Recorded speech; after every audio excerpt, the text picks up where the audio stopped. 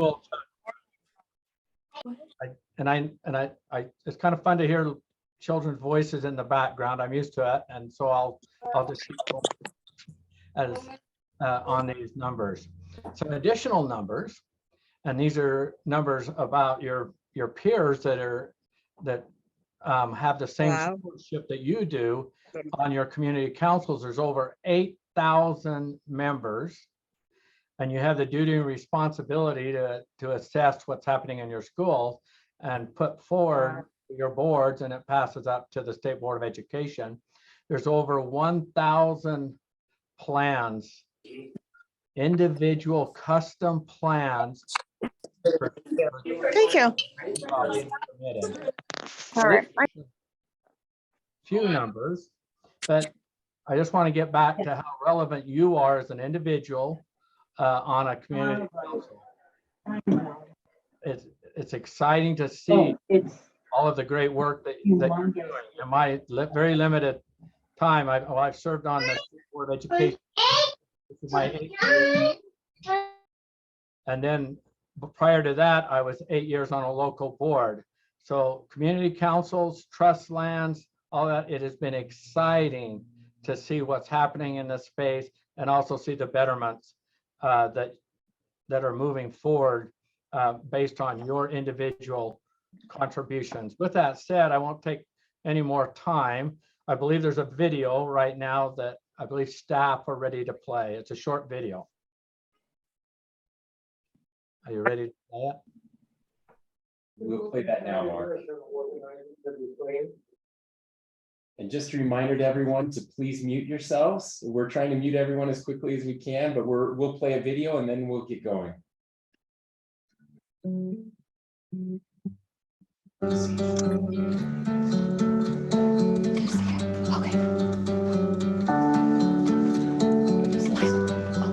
I'm Governor Spencer Cox. Unfortunately, very few people understand Utah's trust lands. They don't understand where they came from, why we have them, and why they're so important to our school children here in the state of Utah. The purpose of this video is to give you more information about why Utah's trust lands are so critical to the future of the state of Utah and our school children. As states entered the Union, federal lands were appropriated to them to provide financial support for specific public institutions. In 1894, Congress allocated parcels of land called trust lands to the new state of Utah. Most trust land parcels were allocated by apportioning the state into townships, each 6 by 6 miles, and dividing each township into 36 1-square-mile sections. Utah was given sections 2, 16, 32, and 36 in each township, resulting in scattered land ownership throughout the state. In total, 1/9 of the state, or 7 million acres, was granted to Utah as trust lands. And Congress required these lands be used exclusively to support public institutions. Along with state land grants, Congress also established permanent endowments to help fund and support 12 state institutions, including public schools, state hospitals, Utah schools for the deaf and the blind, teaching colleges at state universities, and public buildings and state reservoirs.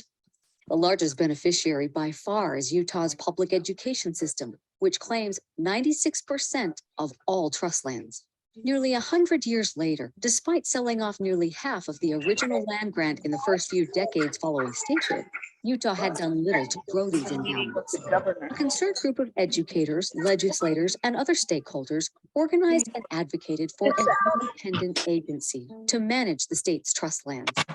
In 1994, SITLA was established and took over management of 4.5 million acres of surface and mineral estate. SITLA developed a business model to maximize revenue from Utah's trust lands.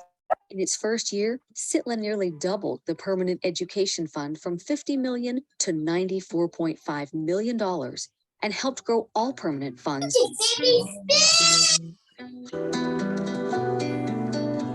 SITLA generates revenue from oil, gas, and mining leases, grazing, telecommunication sites, real estate development, renewable energy projects, land sales, and other commercial and industrial development. Entirely self-funded at no cost to taxpayers, SITLA takes a small portion of Trustland's revenue for operations and deposits the remaining revenue balance into each institution's permanent fund. A separate agency, the School and Institutional Trust Fund Office, manages and invests these permanent endowments in a diversified portfolio intended to protect and grow each endowment. Proceeds from each permanent fund are distributed annually to each beneficiary, which uses it for its most pressing need. And each public school in Utah receives annual funding from the Permanent School Fund.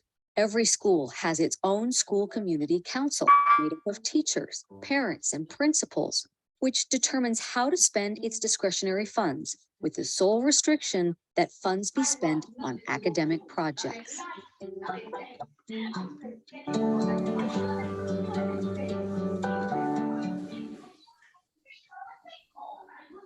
Well, thank you for that video.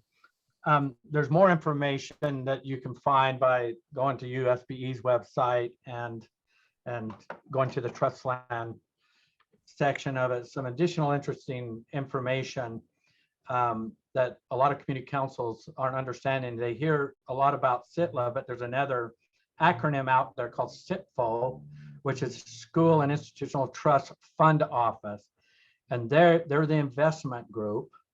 And that portfolio is over $3 billion worth of assets, where $2 billion of it has come from the fantastic work that SITLA's done. The other billion has come from their investment strategies. And so there's between SITLA and SITFO, and then there's staff at USBE and other folks that are engaged in this good work in education community around the state. It's just not all about the numbers, but the numbers are relevant. There's a lot of really good people working to make sure that this works for you and your council. So with that said, you guys didn't come to listen to me. We'll turn the time over to Governor Cox. Are you ready to join us? I think we're good. Mark, can you hear me okay? Yes. Good to see you. I'm going to shed my tie. I think you've earned it. You can definitely take your tie off today. Ladies and gentlemen, it is so good to be with you. Thank you for joining us tonight. I understand that we have lots of people joining us. It looks like we have over 230, and many people are forgetting to mute themselves, and we're trying to mute them as quickly as they come on. I don't know if there's an auto setting to mute everyone when they first join. Actually, people are muted when they first join. They're taking themselves off mute. So please, please, please remember to mute yourselves. It's hard for everyone to hear when somebody hears talking in the background or unmuted. We also had a request for that video, and it is public. And we will put that in the chat. There should be a link in the chat right now for all of you to look at. And it looks like we're probably going to deal with people not being muted all night tonight. So hopefully you'll remember, and we'll try to get you muted as quickly as we can. But we want to thank everyone that submitted questions. We have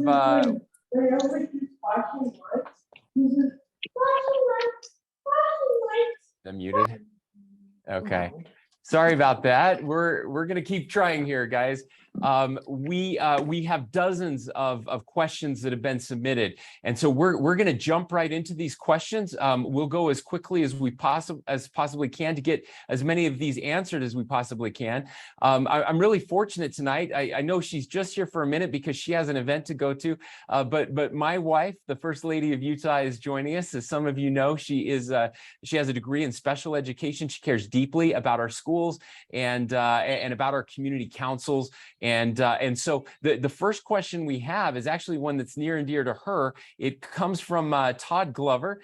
Todd asks, I'm interested in hearing more about how the council funds can or should be used to better understand and aid those in the school with significant disabilities.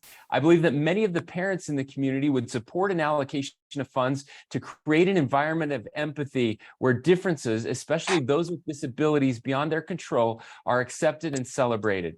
I believe this type of environment would foster greater academic success and certainly better social outcomes as children grow into their communities. I'm not sure this is well formulated, but I'd be interested in the governor's approach to having the council address the issue of empathetic environment and the treatment of disabled children in our school settings.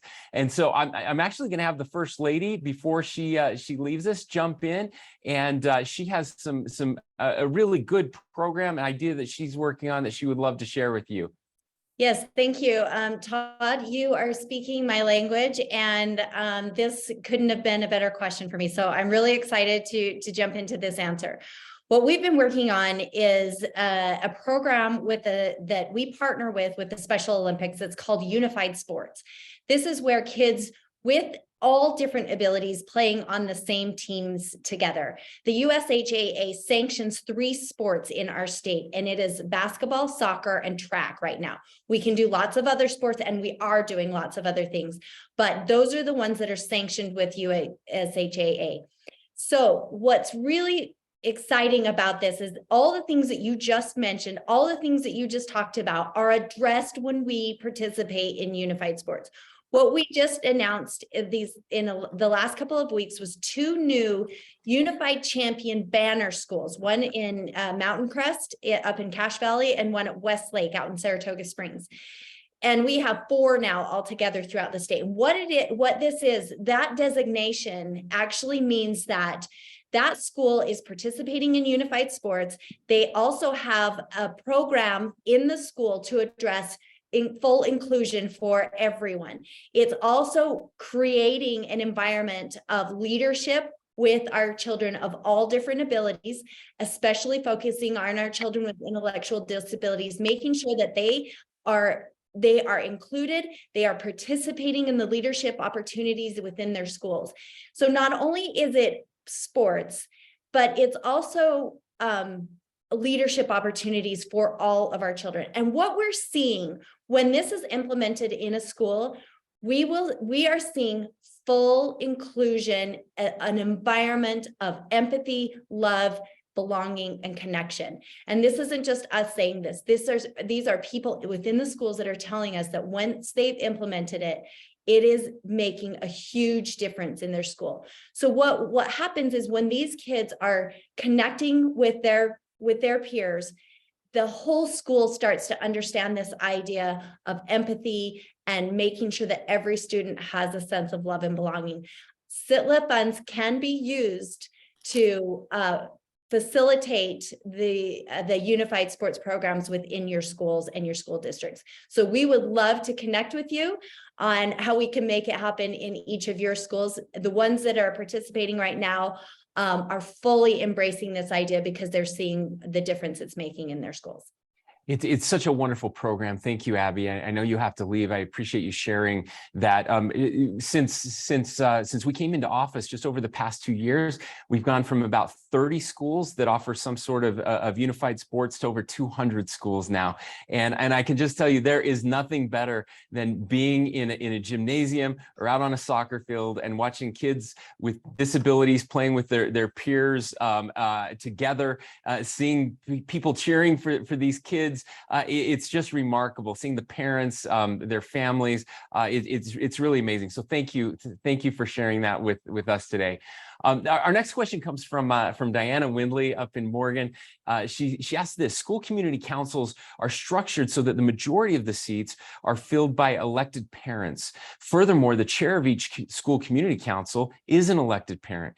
Why is it important for parents to set the agendas for and lead the school community council discussions? Look, I believe that our schools are at their best when parents are involved in education, whether that's on school community councils, whether that is in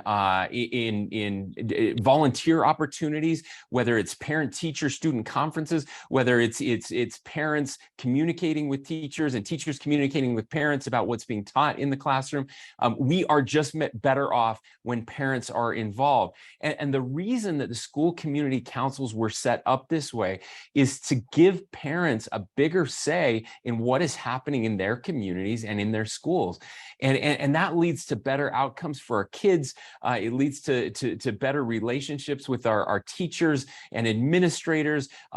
Everything is just better when parents are involved. And so tonight, I especially want to thank those parents who are with us here tonight. Again, over 200 that are involved in our school and community councils. We love what you do, and please encourage other parents to get involved. So many, I'm amazed at how many parents, how many families have no idea that school community councils actually exist in their districts. And this is an opportunity to get them involved as well. Okay, let's keep going. I'll try to go through a little quicker these so we can get to more.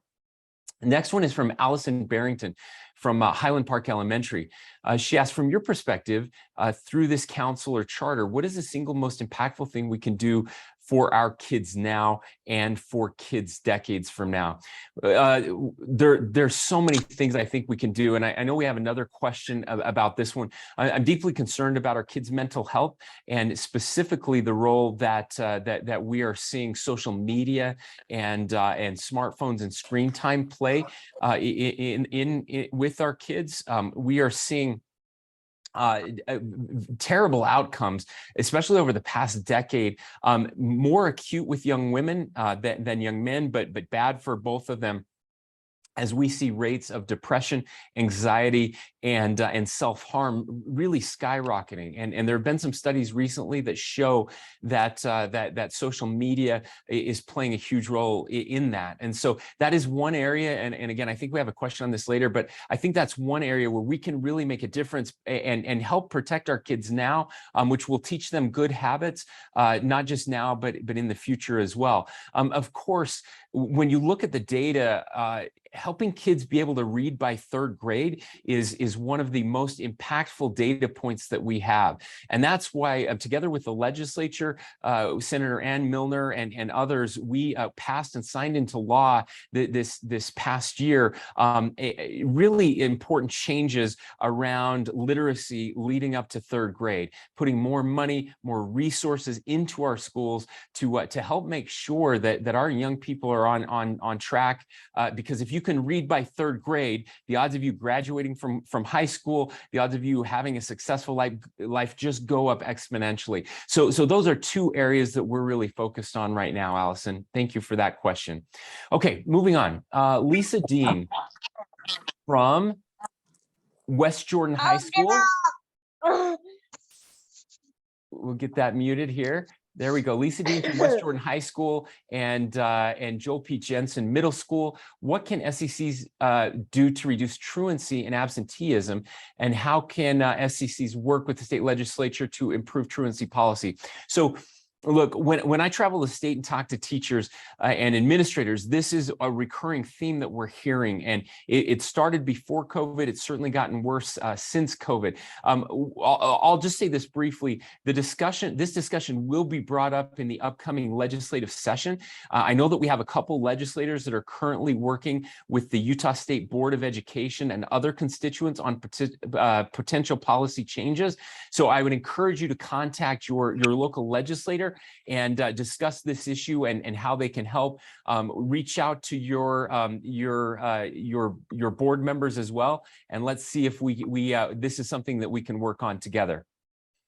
Okay, next up, let's see. We have Cade Charlton from Foothill Elementary in Orem.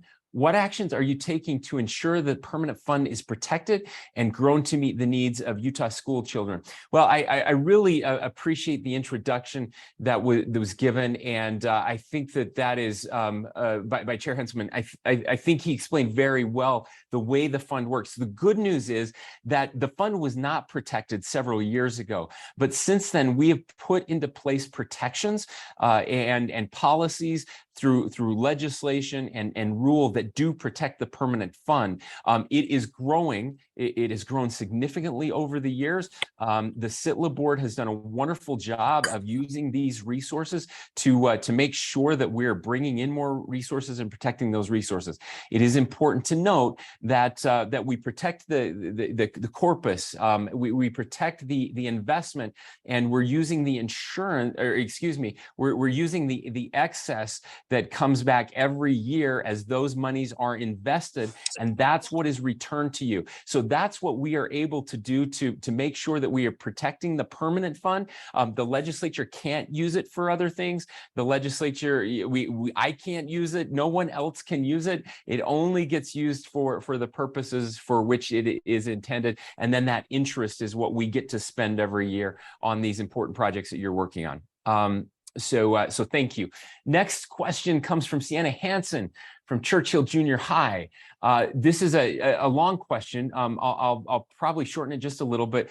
She says, my question revolves around the need for more accessible and proactive resources for children and youth with mental health concerns on the county and school district level. It talks about some of the challenges that they've had in finding resources to meet the needs of her family and other people. She says there are great resources and essential for those who need them, but what we see in other districts like Jordan School District and Davis District are preventative and proactive resources. Weekly classes focused on anger management, keeping friends, really talking about some life skills here. It looks like Davis used some discretionary funds to help pay for embedded therapists that are accessible to their students. And the question is, can the land trust funds for our schools be used to hire part or full-time therapists who can come into a school and practically work with individual students and I would say in their families upon an application by parents and or group classes on topics that are important. So the answer is yes. School trust land funds can be used according to a plan that you as community council members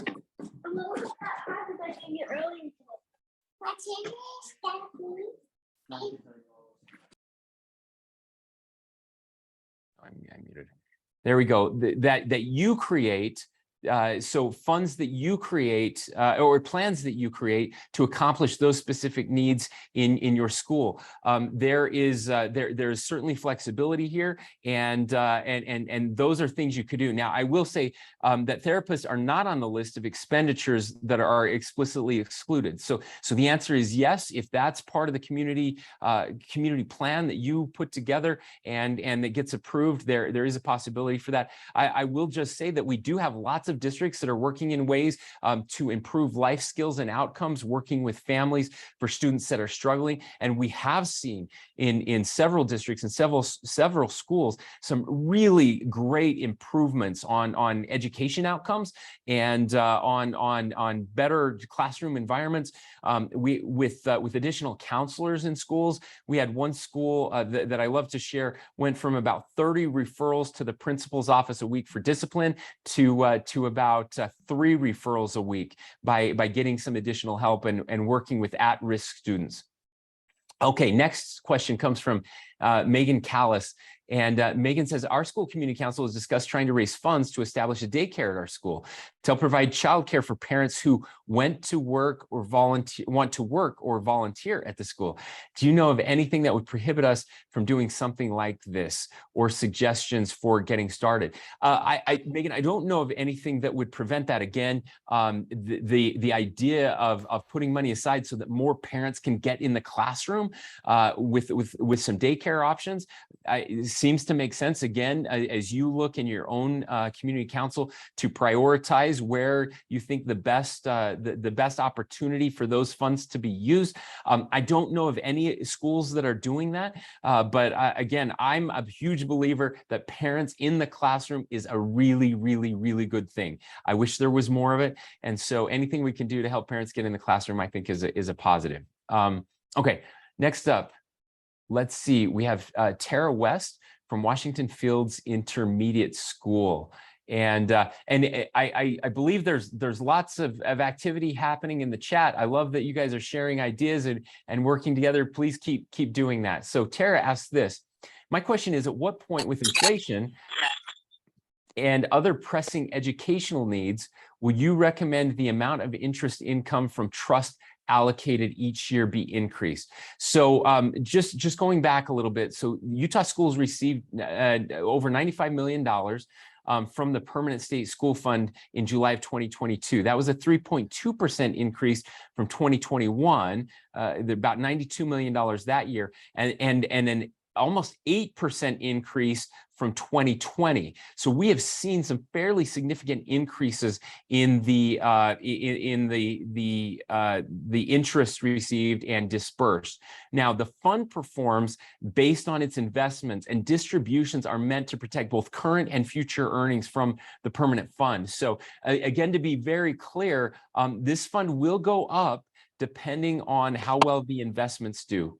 So partly on how the economy does. What we're not going to do is take a lot of money from the permanent fund to give out, because that will hurt future earnings. And so we have amazing economists. We have a fiduciary duty there, working with CITLA, very careful and cautious about the way they distribute that money. And so we're not going to dive deep into the corpus of that fund, just because there is some rising inflation. So I hope that that's a helpful answer. All right, and I saw Jessica McMillan is the next question from Centennial Junior High. Jessica asked, parents are concerned about the amount of screen time and encouraged at young ages in education, elementary and junior high. What research and best methods are being done and put in place to deal with this issue, balancing the benefits of technology with unhealthy effects of screen time? Jessica, thank you. As I mentioned earlier, this is one of the issues I'm most concerned about right now, just because of some of the data that we're seeing in Utah and nationally and really internationally as well. I shared some of this just a couple of weeks ago. I did a press conference at one of our junior highs where we talked about the dangers of screen time and encouraging kids. It's not just the dangers of social media, although that is certainly part of it, but it's also what isn't happening when kids are on their screens, and that is interacting. We are wired for connection. We need this face-to-face interaction. And so we're working with the legislature right now on ideas about how we can balance the benefits of technology with the unhealthy effects of too much screen time. And we hear from teachers all the time, we hear from parents all the time that if there was a way when kids come into the classroom, not to take their phones away from them, to put them in a cubby or something so that they're just not attached to their person, and they can focus on learning for that time, that would certainly be helpful. And we have lots of schools that do that already. It's something I encourage all schools to do. We're also looking at ways to hold social media companies accountable and make sure that there are parental controls that are more easily usable and available so that we can protect our kids. I don't think social media companies should be collecting data from our young people and using that. We know that these algorithms, there are plenty of evidence. And by the way, social media companies know this because there were some memos that were leaked from Facebook and Instagram that showed that they knew that their product was causing immense harm, and that the algorithms that they use to keep kids' attention and keep them addicted are very harmful. And so we want to hold social media companies accountable as well. And then we're looking at doing a PSA campaign to help families understand the data and the research behind screen time and social media, so that parents and families can make better use of those decisions and those technologies. So thank you, Jessica. I can't thank you enough for bringing up that question. And what I would say is please stay tuned, because you're going to be seeing a lot more from us on that issue. Okay, next up, Nathan Sosa. School is a proud parent of a Bluff Golden Eagle, as you should be. I love Bluff. Many of the smaller schools in San Juan School District, including Bluff Elementary School, lack librarians. You said I would not have known that if I wasn't on the community council. Reading scores and skills are plummeting to the point where the school has to use land trust funds to hire reading interventionists. I'm not opposed to this. It seems like students in our state would be better served with open libraries and librarians at all schools, not just the smaller ones. How can we work with the legislature to ensure every school has a librarian? So again, this certainly is something that the community council could use their funding for. We're working to constantly increase education funding in our schools, specifically for important items like this. I'm happy to talk, and Brittany, I know, would be happy to talk and see if we can find some ideas to get a librarian and make sure that we have libraries and librarians in our smallest schools. Okay, another question from an educator at Centennial Junior High. concerned that educators cannot afford to pay for basic housing as a sole income provider with one child. You, Governor, ran on a platform of supporting educators in education, and I've yet to see any follow through. Do you have a plan to make any changes with regards to teacher pay and classroom sizes? The answer is yes, and it's something we've been working on. I've been in office for a little over a year and a half now. I guess we're getting close to 2 years. In January, it will be 2 years. And we've been working with the legislature. We were able to get significant increases in the WPU funding last year, but I know not all of that gets to teachers. And so I'm working with the legislature. I'm cautiously optimistic that we'll be able to do more on teacher pay this year. So I would encourage you to stay tuned. The question about classroom sizes, I like to be very honest and open with everyone. I get asked about classroom sizes. The state you've had governors for the past probably 40 years saying they were going to do something about classroom sizes, and legislators saying they're going to do something about classroom sizes, and it never happens. And so I'm not going to lie to you and tell you I have a plan to solve classroom sizes, because I don't. And I don't think it's going to change anytime soon. Certainly every district has decisions to make about where they're going to allocate their resources. If we want to have significant decreases in teacher pay, then we could change the classroom size discussion. But I don't see that happening anytime soon. And with a teacher shortage, which is why I'm advocating, one of the reasons I'm advocating for significant increases to teacher pay, I think it would be very hard to add the number of teachers and the infrastructure, the classrooms, to see any significant decreases in classroom sizes. And so what I can tell you is that I'm working hard to make sure that we get better pay, so that more people want to become teachers, and that you can raise a family on teacher pay. That's something I'm absolutely committed to, and I'm really, really hopeful that we will be able to get something done. Now, again, if there are opportunities through community councils to find ways to be creative about reducing that class size, and I know some districts are doing that right now. And thank you so much for being a teacher. I'm grateful for our educators. Okay, the next question comes from Carly Farron at Saratoga Shores Elementary.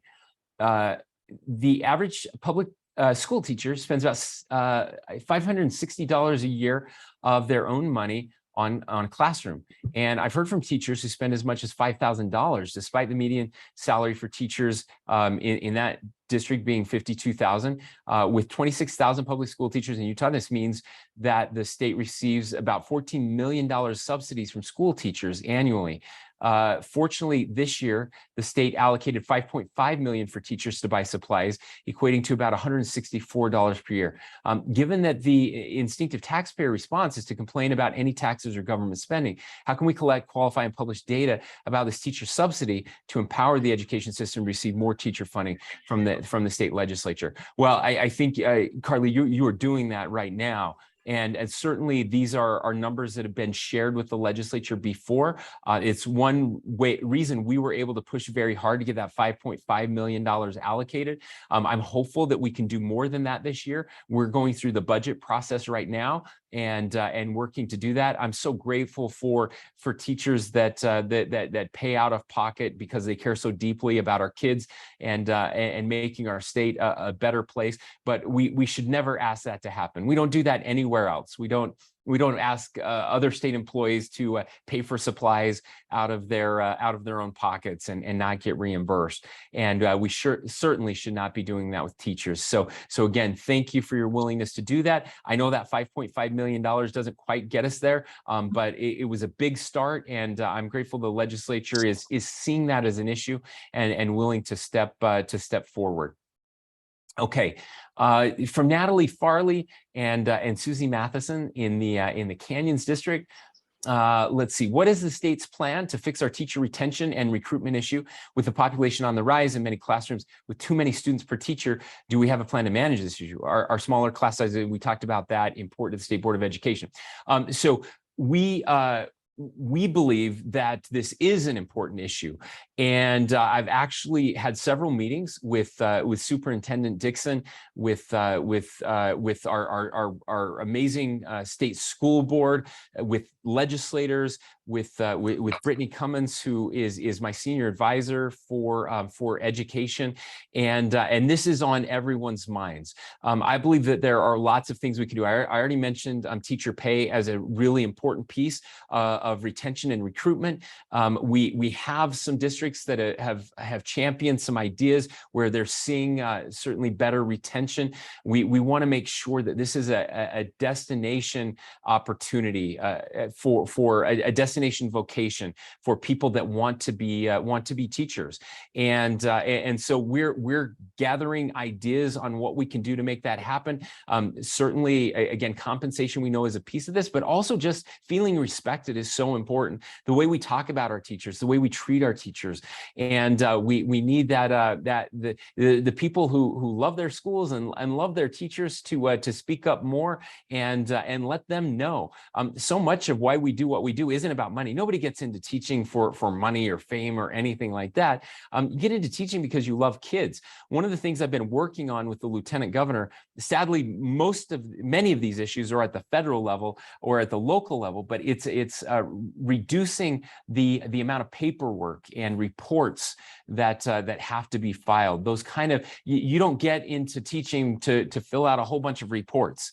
I know it drives teachers crazy, and what you want to do is teach, and we should be working harder to make sure you have an opportunity to do that. So if you have ideas for the state on ways that we can reduce some of those onerous requirements that are making it difficult for teachers and driving them away, certainly please let us know. We are open to ideas about how we can recruit and retain our teachers. Okay, let's go to the next one. Lori Ann Berg from Snow Horse Elementary. Lori Ann says this: next year, when the CARES funds are no longer accessible to schools, will the state provide funding to compensate for this loss? What kinds of resources can our state offer to assess students' needs created by COVID, and then to support teachers as they try to fill holes in students' content understanding and proficiency? So the CARES Act and the ARPA funds, hold on just a second. The CARES and ARPA funds from the federal government to address COVID needs in schools won't be backfilled by the state after 2024. It will be important for schools to plan for this funding shift over the next couple of years. And I certainly hope, we warn schools not to put that money to ongoing needs.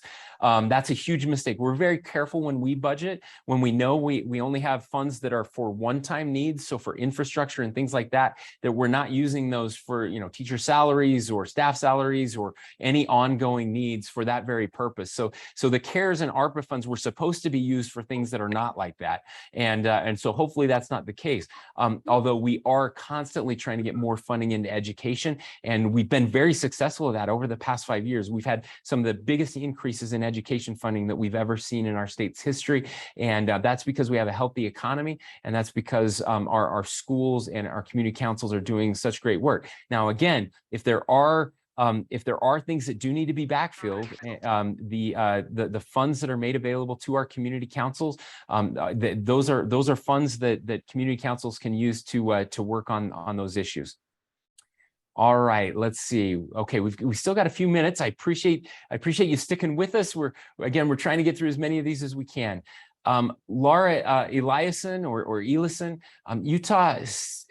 the state of Utah has a large budget surplus in tax revenue, and yet still spends less per student than most states in our country. And there's discussion of tax cuts. I appreciate the prudence with which our state government spends tax dollars. However, there's no greater way to ensure a strong future for our state than by investing in our children's education. There are very real funding needs in education. So would not be frivolous spending. Will the governor pledge to advocate for increasing education funding? Yes. Before he agrees to signing tax cuts? Yes, and we will. And I will tell you, just as we've done the last 2 years, we will do both of those. We will significantly increase funding per pupil funding this year, and we will have some tax cuts because we are prudent. And I believe that parents and families can spend their money much better than we can. And so education is my first priority, and tax cuts are also a priority. And it's not one or the other. I believe that we can do both and do it very responsibly. I just want to say this, we do have challenges when it comes to per pupil funding. There is no question. Those challenges aren't because of an effort, a state effort. Those challenges are twofold. One, because we have more children per capita than any other state. We are the youngest state in the nation. And two, about 70% of our state, about 2/3 of our state is owned by the federal government. And most states fund their schools through property taxes. And we do some of that through property taxes for sure. But because 2/3 of our state is owned by the federal government, because the federal government does not pay property taxes, we have a much bigger challenge than other states. And so we use an enormous amount. Historically, it's been all of it. Now it's close to all of our income taxes to pay for education funding. Now, I will say that we are having fewer kids than we've had in the past. The demographics are changing. We've always been number one when it comes to birth rate. Last I checked, I think we were number 4 last year when it comes to birth rate. And all, even those that are ahead of us, are seeing significant slowdowns. We are now below replacement rate for the first time in really in our state's history when it comes to births and the number of kids that will be coming into our schools. And so as our education funding continues to increase and we have fewer kids coming into our schools, you will see those per pupil funding rates start to rise even more over time. We went from 50th to 49th, not a huge increase. I would love for us to be at number 1 or number 2. We're a long ways for that, but we are headed in that direction. Okay. We have a couple, let's see, we have a couple more questions. Let me go ahead and see if I can pull those up here. Here we go. We have one from Rick Bjorn from Timpanogos High School. Thank you for your service and emphasis on education. Nationally, there's been a fair amount of discussion about school choice lately. What role do charter and private schools play in education of Utah students? Are they partners or competitors? I believe that they're partners, and I've said that for many, many years. I believe that we can, again, we are always presented with these false choices, and I reject those false choices. And I said this last year, and I will say it again this year. I believe in public education. It is very, very important. We need strong schools. We need more funding for public education. My 4 kids all went to Fairview Elementary, North Sanpete Middle School, North Sanpete High School. My daughter, after North Sanpete Middle School, is now at Skyline High School here in the Salt Lake Valley. I believe in public education. It is so important. It is a great equalizer. I also believe in school choice. I believe that families need to decide what is best for them, and that we have wonderful partners. We are so fortunate to have charter schools in this state. That is something that has changed dramatically over the past 20 years. We have some amazing charter schools that are partners and that are educating so many of our students and doing a phenomenal job. We also have some incredible private schools in this state, and I'm grateful that we have those options for families that need them. And so I believe that we can do all of the above, that we can have vibrant and successful charter schools, private schools, and that we can do that without hurting our public schools. So I'm grateful to all of the teachers out there and everyone that's doing such great work wherever you find yourself. Okay, the next one comes from, let's see, Juan Arce Lareda. I serve on the community councils at Skyline High School and Wasatch Junior High in the Granite School District. Is my understanding that Aspire, the benchmark testing, is a federal requirement that each state must admit. As a community council member, data from these tests has been a source of information that I've considered when allocating trust land funding to improve student success opportunities. I recently learned that this testing may provide very unreliable data. This appears to be a result of students' ability to opt out of taking the test with parents' approval and increasing awareness on the part of students that this test in no way negatively affects their grades. As a result, having spoken to many test takers, some students are not taking the test seriously and even marking random answers simply in order to finish the test quickly, for example, marking all C responses. I even spoke to students who are collectively working in the fall in a certain subject matter on the test in order to reflect poorly on their teacher's ability in hopes that the teacher may be released. At Skyline, apparently our top students are opting out of the test in order to have more time for their studies, presumably affecting the school scores as many of its top learners are not being factored into the data. In my opinion and experience, this may have resulted in a misinformed allocation of funds by community councils. It can be a waste of time, money, and human resources at the state, district, school, and community council levels. What can and will you do to ensure that Aspire testing results are more accurate data that can aid educators and community councils in better improving their learning environment? Thank you for the question. It's certainly a concern, and this is something that I've shared in the past.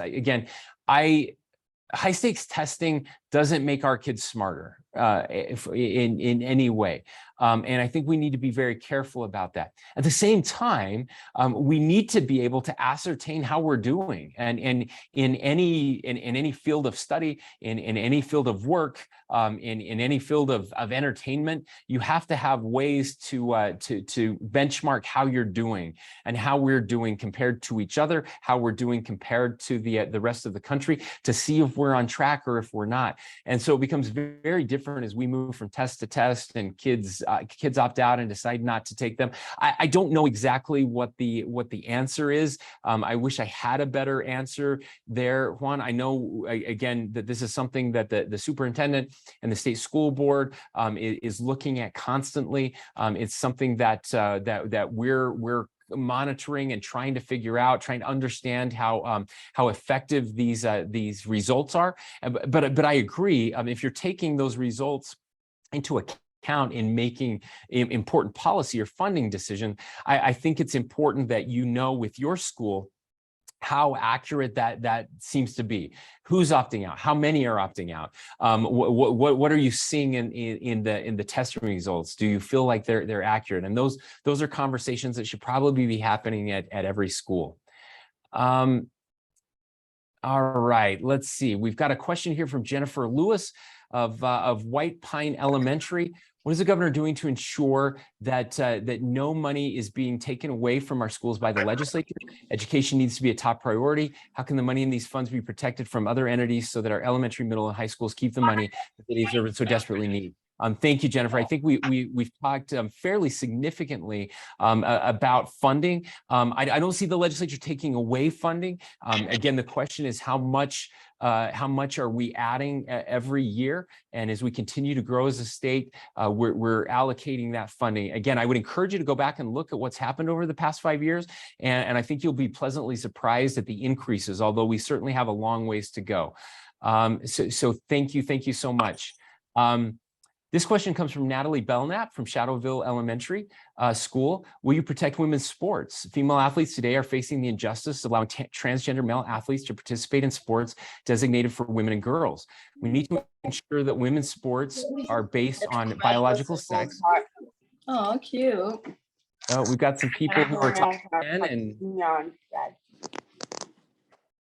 if you have to, can you mute everyone? Okay, there we go. All right, Natalie, thank you for that question. And I want to be very clear on this because there's a lot of misunderstanding over what happened with the transgender sports issue. So there are some things that you need to know, and there's a lot of misinformation about the veto that happened there.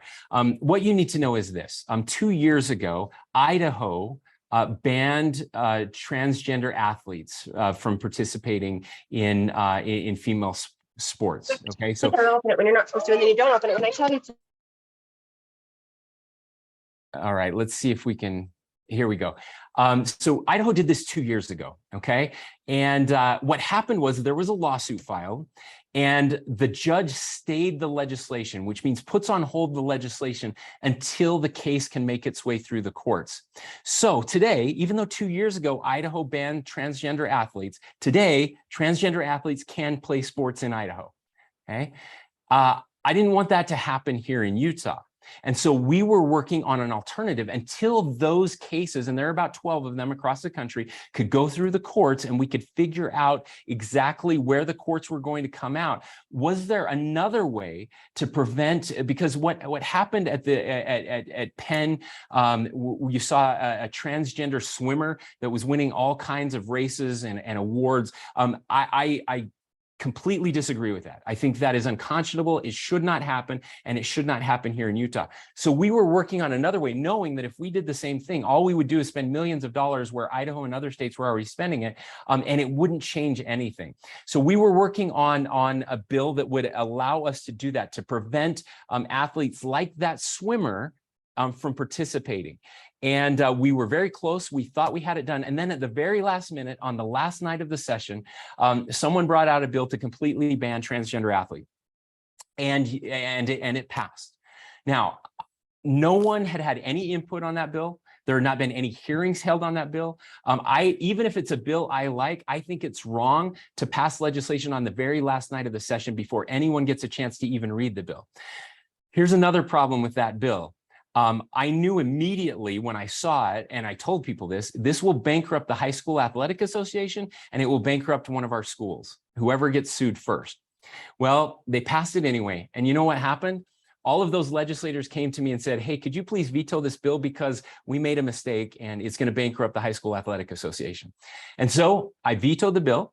And they passed another version of the bill, which I signed, that protects, indemnifies the High School Athletic Association and any school that gets sued.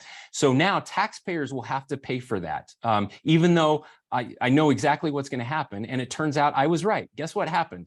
A judge, when the lawsuit was filed, put our new bill, our new legislation on hold while the case goes through.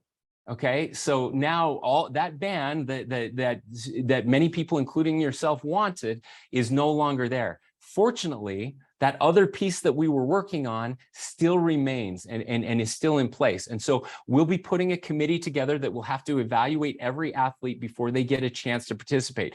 And if that athlete has significant advantages based on biology, they will not be allowed to participate in that sport until the case is decided, and we're still going to spend millions of dollars, even though other states were doing it, which I thought was a mistake. Here's the other thing that you probably don't know. What you probably don't know is that there was only one transgender female athlete that was participating in sports. And there was no pushback in that school. The parents, the athletes, the school, everyone was okay with that.